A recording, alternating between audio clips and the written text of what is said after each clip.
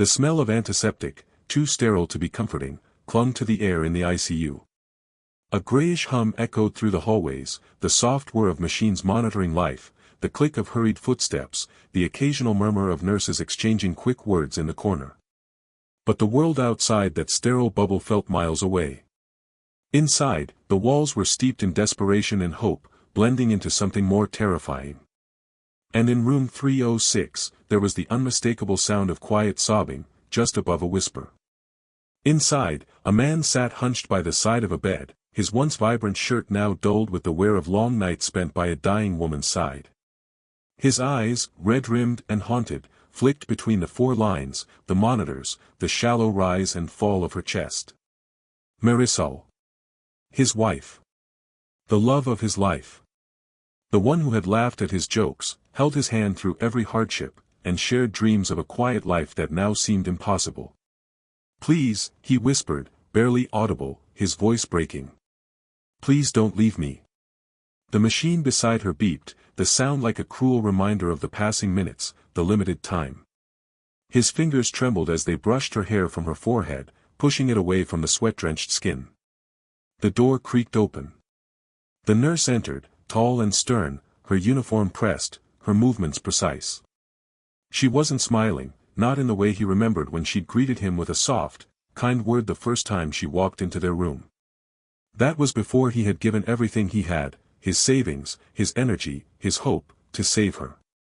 Before the insurance had denied them, before they had started to run out of options. He looked up, catching her gaze. "I'm sorry, but you can't stay here anymore," she said, her tone clipped. It was a statement, not a question. "What?" he rasped, his hand tightening around Marisol's limp one, as though he could stop the world from spinning if he held on tight enough. "You're not allowed in the ICU anymore," she repeated, her eyes avoiding his. "It's hospital policy. Only family can be here at this point." He blinked. Family. He wasn't family. Not officially, not on paper, though he had known her longer than anyone else had. Longer than anyone ever could. The system, the rules, everything had become a cage, a wall between him and the woman he loved. "But, she's not going to make it."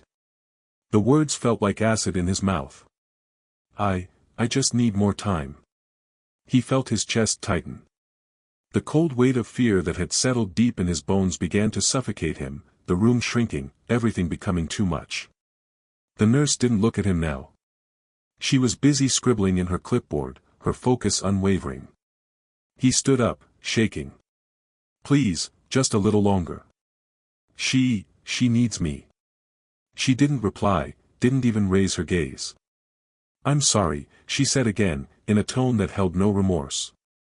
And with that, she turned on her heel and left him alone in the room. Alone with Marisol. Alone with the weight of their shared history. He could feel the tears in the back of his throat, threatening to break free. He pressed his lips together. He wouldn't cry. Not in front of her. Not in front of this cold, indifferent system. It had been a long time since he'd felt this empty, this powerless. He sat back down, his hands cold as they held hers again, and for a long time, he didn't know if he was waiting for a miracle or simply for the inevitable to claim her. "I can't lose her," he thought. "I can't, no, I'm not going to sit back and let them do this. No. I will not lose her like this. I won't." His mind raced, frantic, desperate. He stood up, his fists clenched. He had to do something. Something to change this. Something to stop the world from slipping through his fingers. He grabbed his jacket, the fabric crumpling beneath his grip, and stormed out of the room. He wasn't sure where he was going, but his legs moved, pushing him through the hallways, down the stairs, past the nurses' stations, the security guards who didn't stop him, who didn't even question his pace. He didn't have time for questions. He just needed to find a way to make it right. To find a way to fix what was broken. He knew the hospital like the back of his hand. He had been here so often, too often, that he could practically recite the map from memory. He knew every corner, every room, every floor, every shift change. It was in the corner of his mind, in the recesses where the rich and powerful played their games. He had heard whispers, seen the signs, but never thought much of them. Until now. Now, he was desperate enough to care. And so he walked into the administration office, his breath shallow. "I want to speak to the owner," he said, his voice rough. The receptionist barely looked up from her computer. "Sorry, sir, but you need an appointment for that." He slammed his fist on the counter. "No. I need to speak to him now. It's urgent." Her eyes widened, but she quickly recovered. "Sir, please, we can't just, get me someone who has the power to make things happen," he cut in, his voice lower now, dangerous. He had no idea what he was doing. But it didn't matter. Not now. The receptionist hesitated for a second longer, but then she stood up, dialing a number into her phone with quick fingers.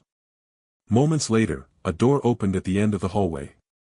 A man in a tailored suit emerged, his face composed, his demeanor controlled. He was older, probably in his late 50s, his silver hair neatly combed back. His name was Victor Patel, CEO of the hospital. A man who never seemed to break a sweat. But today, something about his calmness made the air feel colder. "Mr. Patel?" The name came out of the man's mouth like an ice shard. "What's the problem, mister?" "I need a favor," the man said, his eyes burning with a desperation that even Patel couldn't ignore. "My wife, Marisol, she's dying in your ICU. They kicked me out. I can't lose her. I can't." Patel's eyes flickered, the slightest flash of something unfamiliar behind them. Then, almost imperceptibly, he nodded. "I understand your distress," he said, but there was no sympathy, no warmth. "But this is a hospital. There are protocols. You don't get it," the man snapped, his voice rising now. "I'm asking for a chance. Just a little time to say goodbye. Don't take that from me. Please. Don't take her from me." The words hung in the air like a weight. Patel paused, and for a long moment, the only sound was the distant hum of the hospital machines, the low pulse of life moving through the sterile corridors. Finally, Patel exhaled slowly. "I'm sorry. But that's not something I can change. Not for you, not for anyone." The man stepped forward, his eyes narrowing. "You're wrong." Patel stiffened. "What do you mean?" "I'm not leaving until I fix this. Until I can save her." The words felt like a promise, and a threat. There was something dangerous in them, something that made Patel's stomach churn. But before he could react, the man pulled out his phone. He dialed quickly. Then, a voice responded. "Yes. It's done," the man said, his voice cold now, calm, like the fury of a storm brewing beneath a clear sky. "The deal is signed." There was silence. And then the man spoke again. "I'm buying the hospital." Patel's face went white. Patel's eyes, once sharp and calculating, now widened, his breath quickening in a way that wasn't typical of the man who had spent years at the helm of a multi-million-dollar empire. "What?" he whispered, though the word barely left his lips. The man, standing in front of him with fire still burning in his eyes, repeated it, slower this time. "I'm buying the hospital. Every last square inch of it." For a moment, the world seemed to stop. The fluorescent lights above flickered, casting brief shadows across the cold, white walls. Patel's mind, usually a whirlwind of calculations, floundered. You're serious?" he stammered, and for the first time in years, he felt vulnerable. The man, he wasn't just a man, was he? No, this wasn't some beggar with an empty pocket. His eyes were sharp. He held power in his hands like a hidden weapon. "I'm as serious as Marisol is dying," the man replied, his voice quiet but edged with such intensity that it sliced through the tension in the room. The silence that followed felt oppressive, heavy enough to suffocate anyone who stood in it for too long. Patel took a step back, adjusting his tie almost reflexively, trying to mask the unease. "Why?" he asked. "Why go this far?" The man's gaze hardened, like a storm forming over an open sea. "Because my wife is still in there. And I will not, *will not*, let a system built on money, policies, and bureaucracy dictate whether she lives or dies. Patel's eyes narrowed. There was something there, something cold, something dangerous that had started to seep from the man's pores. He wasn't just a man in grief. He was a force, a reckoning, and Patel felt it in his gut like the first tremor before an earthquake. "You're saying you can just buy it? The entire hospital?" "I don't just say things," the man answered, his voice now detached, almost clinical. "I do them." And with that, the conversation shifted, like tectonic plates realigning in ways nobody could predict. Patel ran a hand over his face, then started pacing, trying to find a way to regain control of the situation, but it was already slipping. "You have to understand," Patel said, his words coming out a little too quickly, a little too desperately. "This hospital, it's not just a building. It's a complex web of interests. Ownerships. Legacies. This isn't a pawn shop." The man's lips curled into a tight, humorless smile. "I'm aware," he replied, eyes flicking to the security camera in the corner of the room.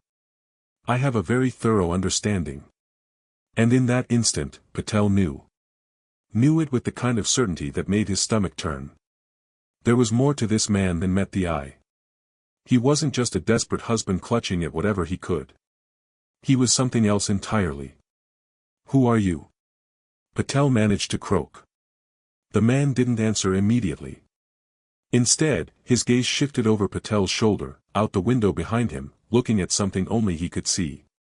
For a brief moment, he almost looked haunted.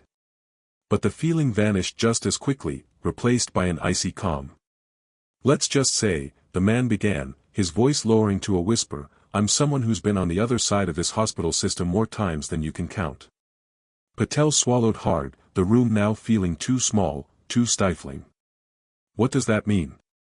The man's face softened, just for a second, before hardening once again. "It means I understand exactly how this place works. How it eats people alive. And I've played the game long enough to know when I'm done losing." There was a flash of something in his eyes then, something Patel couldn't quite place. It was an odd mix of fury and love. Love for a woman who was dying. Love for someone he'd built his entire life around. "You're playing with fire," Patel warned, but his voice had lost its edge. It was a tired warning, not one he truly believed in anymore. The man didn't flinch. "Fire's the only thing that'll burn this place down to the ground. It's the only thing that'll fix it." He turned away then, like the conversation was over. But Patel stood frozen, heart pounding, unable to fully understand what was happening. "Wait," Patel said, his voice shaking slightly. "What are you going to do? Buy the entire hospital? And then what? What happens when you do?"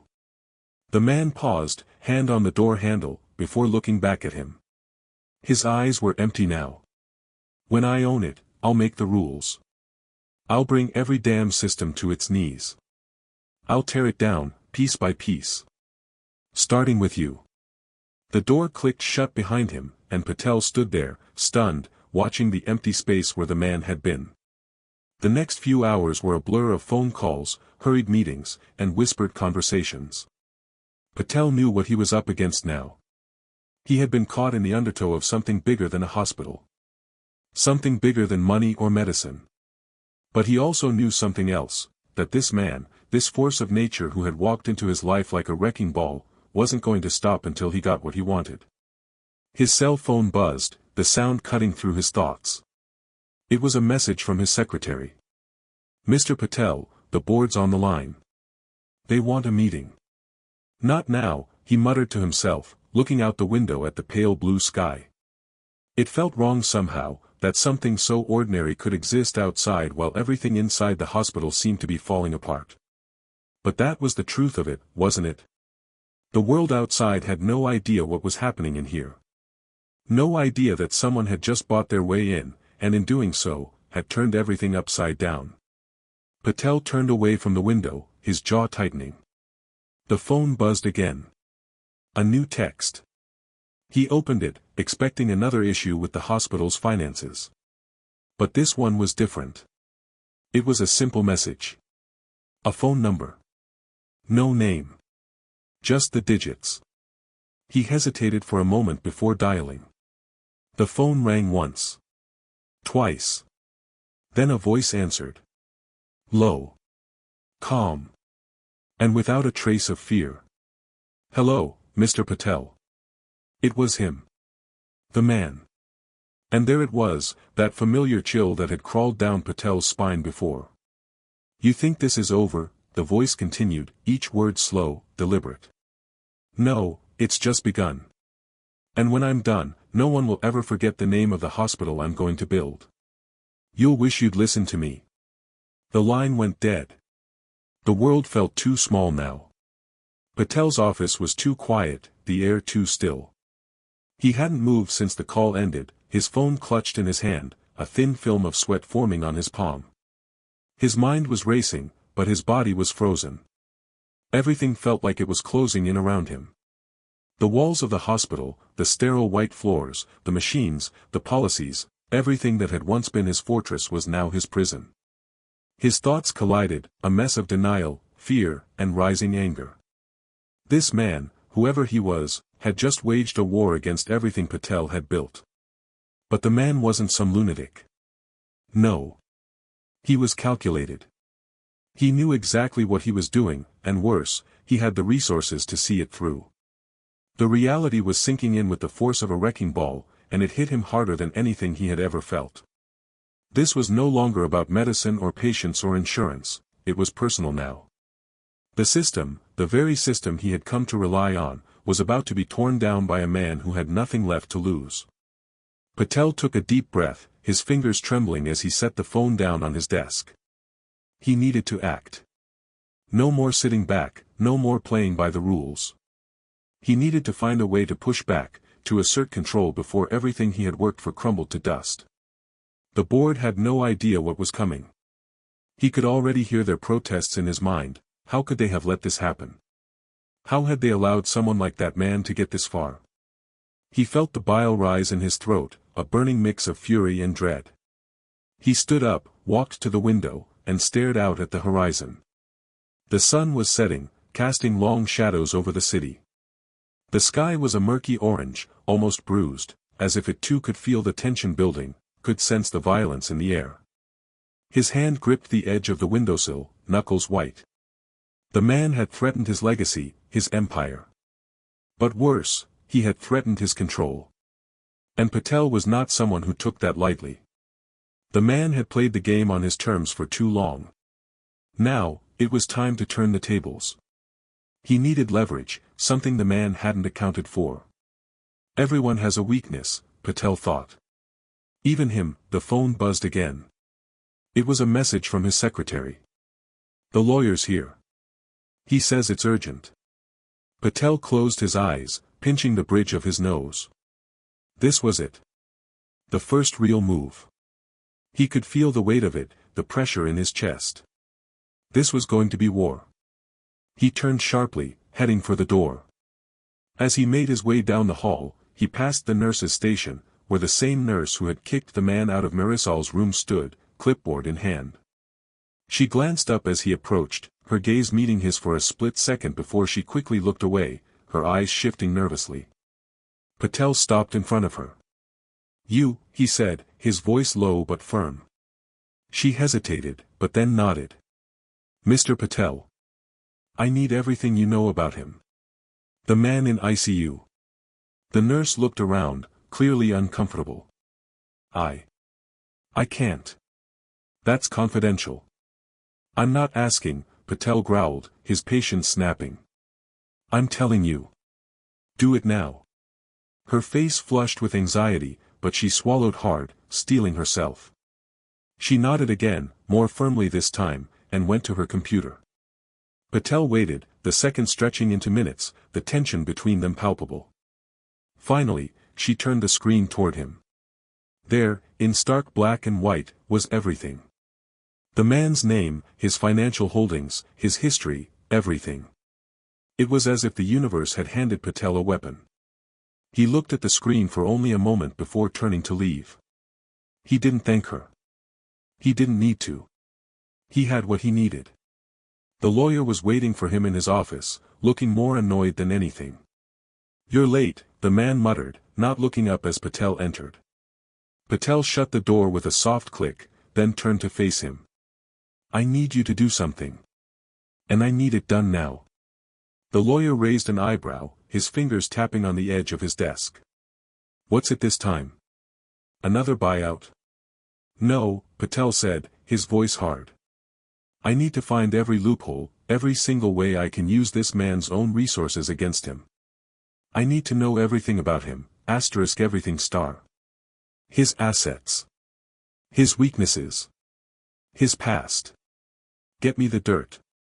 The lawyer blinked, clearly caught off guard. "You don't want to play by the book anymore." "There's no more book," Patel said, the words coming out cold, clipped. "Get it done." The lawyer sighed, but nodded. Patel walked out before the man could speak again. His mind was already on the next step. He wasn't playing by the rules anymore. This was war. He would strike first, hit hard, hit fast. He had the resources, the connections, the power to dismantle this man piece by piece. He wasn't going to let a stranger come into his world and rip it apart. He would make the man pay. The man, he still didn't know his name, wasn't going to get away with it. Patel could feel the walls closing in on him, his every move being watched, scrutinized. But he wasn't going to let this stranger win. Not like this. Not when he had everything to lose. The hospital was his. It had always been his. He'd built it, funded it, nurtured it like a child. But it wasn't just the hospital that was at stake anymore. It was his identity. His place in the world. And no one, not even a man as determined as this, was going to strip that away. The clock was ticking, the pressure mounting, and Patel was no longer thinking about the policies or the legalities. He was thinking about survival. He was thinking about the fight. His phone buzzed again, the lawyer's voice on the other end. "I've got it," he said, a hint of tension in his tone. "What do you want me to do with it?" Patel's lips tightened. "Use it. All of it. We go after everything. Everything." The lawyer hesitated. But that could break him. Patel's eyes narrowed. Then let it break him. And in that moment, as the sun sank lower outside, the pieces clicked into place. This wasn't just about Marisol anymore. This was about everything Patel had fought for. And he would tear down everything, and everyone, who stood in his way. The final conflict was coming, and it was going to be brutal. The hospital was silent now, the kind of silence that lingers in the spaces between breaths, heavy and full of consequence. Patel stood by the window of his office, staring out at the city, the glass cool beneath his fingertips. His reflection stared back at him, a man caught in the aftermath of a battle he hadn't fully understood when he'd first stepped onto the field. The room had shifted, he could feel it in the way the air hung now, thinner, more fragile. Everything had changed. The hospital was his again, but not in the way it had been. The man, Marisol's husband, had fought back like a tidal wave against a dam, but Patel had weathered it. He'd bent and twisted the laws, used every scrap of leverage, every secret, every whisper he could muster. And it had worked. The hospital was his, legally, financially. But something in him had fractured in the process. His lawyer had called it a victory, but Patel knew better. There were no real victories in a war like this, not when the cost was measured in lives and broken promises. The man had lost too, in a way. Marisol had passed weeks ago, and despite his fight, despite all the money he'd thrown at the system, she had slipped through his fingers. Patel closed his eyes, trying to push the image of her face, pale and fragile in that ICU bed, out of his mind. There was nothing left but this hollow sense of achievement. A victory earned with lies, manipulation, and a system designed to consume people whole. The world outside, untouched, kept turning, oblivious to the quiet destruction inside the walls of this place. He thought of the man's eyes, filled with a grief so raw it had almost become rage. He hadn't expected that. He hadn't expected to see someone so human behind all the noise. He hadn't expected the guilt to rise like bile in his throat when he looked at the man's face in the papers, a stark image of a broken man who had nothing left to lose. But it wasn't the man who stayed with him now. It was Marisol. A woman he'd never truly known, but who, for a brief, fragile moment, had become a symbol. A symbol of the kind of loss that rattles you down to your very bones. Patel turned away from the window, the soft clink of his watch breaking the silence as he moved across the room. He thought of his own life, the years spent building, the years spent thinking he could control everything, everything, and the quiet realization now that he had never had control at all. What was victory, really? He had what he wanted, but it wasn't what he thought it would be. Not the way it had been in the beginning, when everything was new, when the hospital had been a dream and not a cage. He picked up the phone, dialed the number he'd known he'd call eventually. The voice on the other end, familiar but distant, spoke before he could. Mr. Patel, I wanted to congratulate you on the victory. Patel didn't answer right away, the words catching in his throat. His victory. What a bitter, hollow word. It's done, he finally said. Yes, the voice replied. But what now? Patel stood, silent, looking at his reflection once more. What now? There were no clear answers, no neat resolutions. The man outside, the hospital, the fight, all of it had been a mirror to something inside him, something he hadn't known he was capable of. Something darker. He could hear the faint hum of the machines in the ICU, the beeping of monitors he had once found so comforting, so routine. But now it seemed like a distant, foreign sound. I don't know, he said quietly, almost to himself. The silence stretched between them, and then the voice on the other end finally spoke again. You've won. But at what cost, Mr. Patel? Patel didn't have an answer for that. He didn't need one. There was a weight in his chest, a feeling of something lost, something irretrievable. His world had been irrevocably altered, not by what he had won, but by the things he had done to keep it. And now, he was left standing here, holding the pieces of a victory that felt less like triumph and more like an unspoken question. The hospital was his. But he had lost something far more important in the process. He hung up the phone. His hands were steady now, but his eyes were tired. Outside, the last light of the day flickered on the horizon, the sky darkening with the promise of night. He stepped away from the window, his reflection disappearing into the shadows. The city continued to pulse below, indifferent. And in that silence, he realized the truth, there would be no easy ending, no final closure. There was only the quiet ache of things that couldn't be undone. And that was enough.